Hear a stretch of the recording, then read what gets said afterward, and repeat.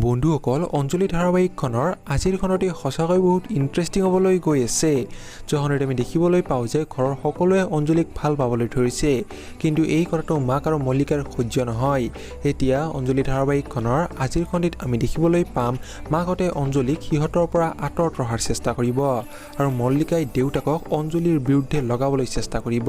কিন্তু দেউতাকে মল্লিকাৰ কথা কোনোপধ্যে নুশুনিব আৰু যাৰ বাবে মল্লিকাই মাকৰ আগত দুখ কৰিব এতিয়া বাৰু মাক আৰু মল্লিকাই বাৰু কি কৰিব জানিবলৈ পাব আপোনালোকে অঞ্জলি ধাৰাবাহিকখনৰ আজিৰখনতে এইফালে অঞ্জলি ধাৰাবাহিকখনৰ যোৱা খণ্ডত আমি প্ৰদীপক দেখিবলৈ পাওঁ আৰু মাকে প্ৰদীপক মল্লিকা ঘৰলৈ উভতাই আনিবলৈ বুজাবলৈ চেষ্টা কৰে কিন্তু প্ৰদীপে মাকৰ কথা কোনোপধ্যে শুনিব নিবিচাৰে এতিয়া অঞ্জলি ধাৰাবাহিকখনৰ আজিৰ খণ্ডত আমি দেখিবলৈ পাম মাকে প্ৰদীপক পুনৰবাৰ বুজাবলৈ চেষ্টা কৰিব এতিয়া বাৰু মাকৰ কথাত প্ৰদীপে মল্লিকা ঘৰলৈ উভতাই আনিবনে বাৰু সঁচাকৈ অঞ্জলি ধাৰাবাহিকখনৰ আজিৰ খণ্ডতে বহুত বেছি ইণ্টাৰেষ্টিং হ'বলৈ গৈ আছে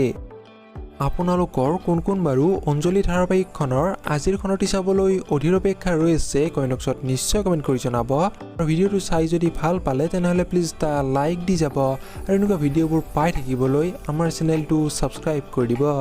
ধন্যবাদ